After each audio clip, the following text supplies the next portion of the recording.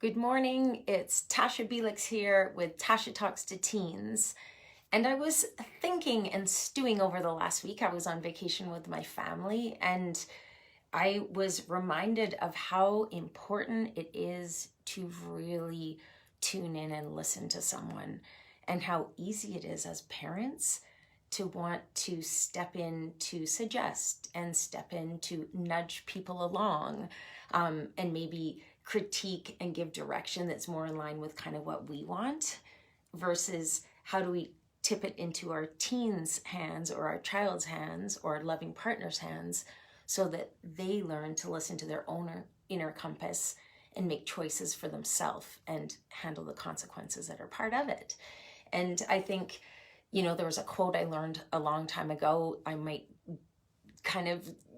giving it my own sauce. I don't know who it is from, but it's, as parents, we can spend our time creating the path for our children.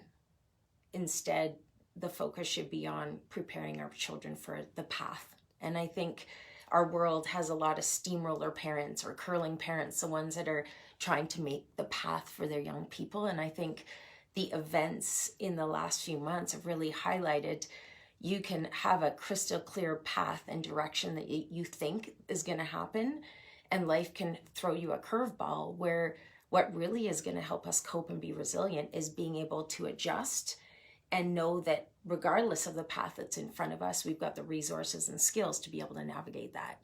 And part of how that happens, how we learn to trust our intuition and decide what feels right for us and know our own boundaries and how to set them and assert ourselves, is by being given the chance to really have someone hold space for us so that we start to honor the wisdom that's within us. And as parents, teachers, facilitators of groups, we are in that role of supporting young people to grow that kind of inner compass. And so I was thinking how important it is for us to listen with heart, for us to kind of take on that role of being in that co-pilot seat. And I think it's really easy to want to jump into the driver's seat and take our family on a road trip. But when it comes to really listening to another person, we're actually just along for the ride. So we want to be in that co-pilot kind of place and to offer some guided questions, open-ended questions and support so that that person feels like they're in charge of their own life. And I thought I would kind of model how we might sort of start this listening piece. So this is an example that happened, in my own house. And sometimes what seems like a real issue to a young person, we kind of think like, are you kidding me? This is really what you're going to get upset about right now? So imagine, whatever's going on for somebody, unless it's emergency stuff, safety things, we have to kind of jump in and take over. But otherwise, there's a lot of space to slow things down and be really reflective. So say your teen, comes to you in tears and is like, I love the cat so much. I can't imagine life without her. Something like this. So your first instinct, if you're not coming from a well-rested, resourced place, might be, oh my gosh, are we really going to talk about this again? We're not going to do that. I'm going to show you a few things that we don't want to do. That might be one of them, which might be the tired Tasha response. We might respond with like a positive invalidation, which might be like, oh my gosh, you have been through so much already in your life. Like you can handle anything that life hits you, and even the loss of your cat. It'll hurt, but you're going to be able to get through it. You can get through really hard things. And so it sounds like we're being really positive, but we're kind of taking that person's pain, I miss my cat already, and kind of invalidating it and throwing it out. We can also do something too where we sort of use a negative way to invalidate. And so that might be, oh my gosh, it could be so much worse. When I was a kid, our neighbor, they weren't able to have children and their cats were their world. And man, talk about loss when you miss a cat and that's like your fur baby, like, ugh, that would be tough. At least you've got sisters. So again, maybe it seems like I'm being positive or trying to oomph my young person up, but I'm taking, again, the person's pain that's in front of me and I'm putting the focus elsewhere. It could be so much worse. I'm telling you, if you've ever been in that position and someone tries to listen and support you in a way that invalidates you, it's really frustrating. And teenagers are really lovely at letting you know how they feel. So you might get oh my gosh, you're not even listening to me. You don't get me. And a pivot, a turn away, a slamming of the door, or who knows what. And we walk into these situations sometimes, and we're not going to always get it right. But the more that we can stop ourselves from turning it, going to the bright side or doing the comparison, or it could be so much worse, the more likely we are to be able to have a deeper conversation with their young person so that they know that we're actually a resource for them to come to when they need to get filled up and bounce ideas off us. And so I wanted people to always remember this, that the word listen, this is something that I would say every single day in my office, and I see youth all day long, would say, if only my mom or dad just listened to me. What is it that you want? How will you know that you can, leave coming to counseling and things will be great? Well, I need someone to listen to me. I wish my friends really listened to me. And I can know, putting myself in the parenting role, we work hard as parents, and I think most of us would say, I really do listen to my kids. What are you talking about? I listen all the time. But when we think about what really listening is about, I think lots of us as parents, teachers in our caring role do a ton of talking, lots of questions that might nudge our young person in a direction that's in line with what we want to have happen. And really, if we mix the words of listen up, it creates a word silent, and something that is worth locking in mind and remembering. It's about being quiet in the moment. And so listening can look a lot like what you do with your body.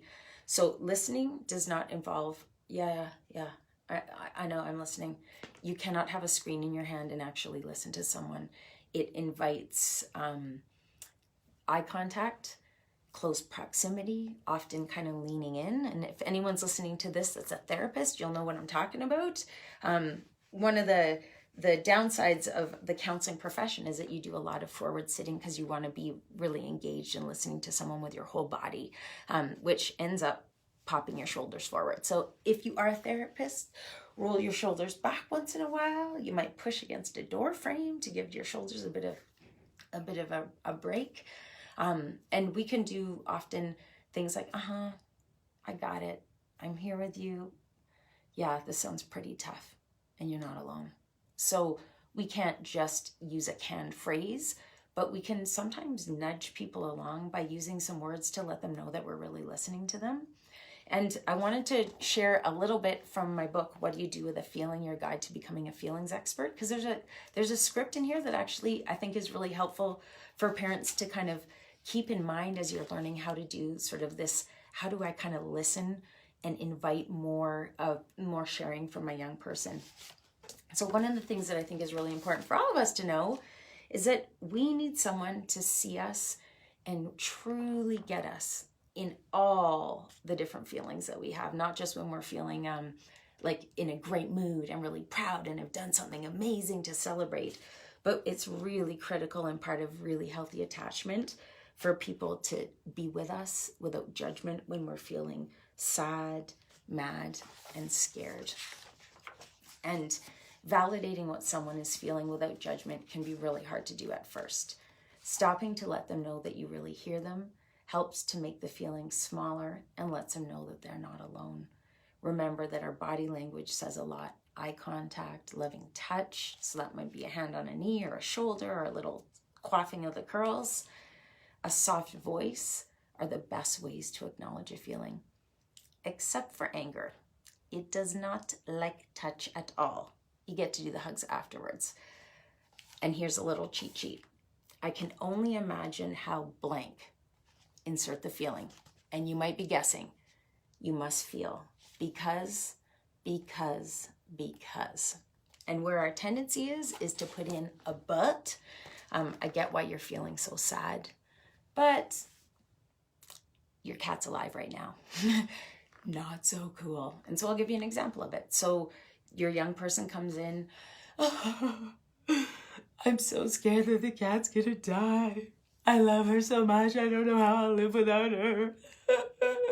I've been looking online for ways to commemorate her death when she dies. And so as a parent, we step into the role with openness, no judgment. Oh, I can imagine just how sad you must feel because you love your cat so much. And man, through COVID, she's been like your best friend.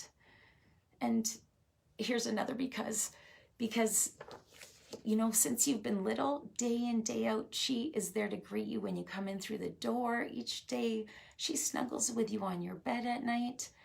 And because when you're feeling down, there's no one in our entire house, probably even in the entire world, that gets you as much as your little kitty cat.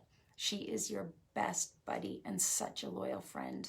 And man, it can be really scary to think about what it might be like to not have her in your life. I get it. And then, even though you might have a bunch of beautiful things that you want to tell your young person in this moment, if you can hold your lips together and stay in that active place and really listen, you might get the next piece. Yeah, I've been spending a lot of time really thinking about how much I love her and how much I need her. And I realize, you know, when you love something, at some point, it might not be in your life. And every year I get older, I realize she's getting older too. And I'm old enough to realize that one day she's not going to be alive. And that's really sad. It's really sad. I get that. And that again, and then you may have your young person show tears in their eyes and want to come in to get a little hug. Nowhere in there have you suggested you get a kitten. Nowhere in there have you suggested, that it's an overreaction. Nowhere in there have you done a little, this is the cycle of life and lectured about loss and grief. It really is a place to just hold a space for that young person to make sense of how they feel. You could, if you wanted to, ask, I'm hearing that you're really sad. Would you be open to having a suggestion or any feedback from me? Because I've lost things in my life too, and I know it's really tough. If you get a no, respect it. It's a no. Ears are not open. Do not add your wisdom. If you have someone, well, what do you mean? Like, what would that look like? Then you might be able to offer something. And it might be, I think that, every day it's really important to show some gratitude and be so thankful for all the stuff that we have in our life. And that might be something that you do as a little goodnight ritual or a little prayer before you go to bed, is to say thanks to all the things that you love in your world. And thank you to all the living beings that help make your life feel better. And it's not going to take away the sting of what it feels like when your animal dies one day down in the future. But at least you'll know that you've been the best pet mom that you could possibly be. And there's a little snippet of how you can do emotion coaching. I think it's really important. Hey, Colleen, how you doing? Hey, Kristen. To keep this in mind, it's a saying from my book, and a big one that comes out over and over again from people of all ages is over and over again, what feelings need is just support. It's connection, it's being with, it's someone to listen.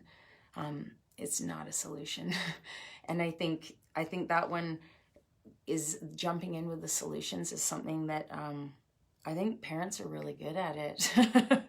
and not as a general gender stereotype, dads are usually really good at trying to jump in and fix things. Just don't think about it. Let's go for a bike ride. And really there's some real value in slowing down and really hearing stuff. If you're the person that's really into the support and you could spend hours just sitting there with your young person stewing over things and sobbing together and, drawing cat pictures, you might be best off to think, ooh, how do I take a little bit of that fix it part? I can attend to the emotion, and then I need to find a way to shift and move on to something else. If you want to learn more about emotion coaching, reach out, ask questions. I'm happy to always give some information and do Facebook Lives on this stuff. And I think towards the end of the summer, our clinic's going to be doing a few webinars for parents. And so that might be something that you look for. And then there would be a chance to be a little bit more interactive with people online. It's sort of weird, this talking to, Wilson kind of idea of Facebook Live, because you never get feedback from people. So I'm really excited that people are watching. That's really cool. The last thing that I'm going to leave you with is, if you want to come on a little bit of a self-regulation road trip, on August the 4th, I'm doing an online workshop. This one will be interactive with Creative Catalyst. So you'll connect with people from all over the world. It's super engaging and just fascinating people that you meet on those talks. And it's going to be around a road trip to figure out what we need for our own nervous system to upregulate and give ourselves energy when we need it, and things we can do to put on the brakes and downregulate in moments when that's important for us as well. I think right now, more than ever, we as adults need to be tuning into ourselves and keeping ourselves in a healthy place, and also really modeling that and reinforcing it with the kids around us. And if you're a teacher, I think it would be great to see you on August 4th as well. That is one thing that educators going into September are going to have probably at the forefront of their mind. How do I make sure that the students in my class, if I'm seeing them online or in person, are in an emotionally great place or good enough place so they can actually learn? Because if you're not regulated, there is no learning happening. So to register for that, you would go to partnersforyouth.org. Ooh, can you see that? Hopefully. Maybe like this. Partnersforyouth.org. I hope to see you there. And if you have any questions about how to listen to your young person, please reach out to me, and know that I am a mom and make mistakes all the time, and I listen sometimes and lose my temper sometimes. But the skill of active listening is definitely a teachable skill, and your kids will thank you at the end of their journey through their adolescence if, instead of jumping into lecture mode, you could do a little bit more of this. Deal? Until next time, remember to keep your lips together so that your kids can talk, breathe, and be well. Bye.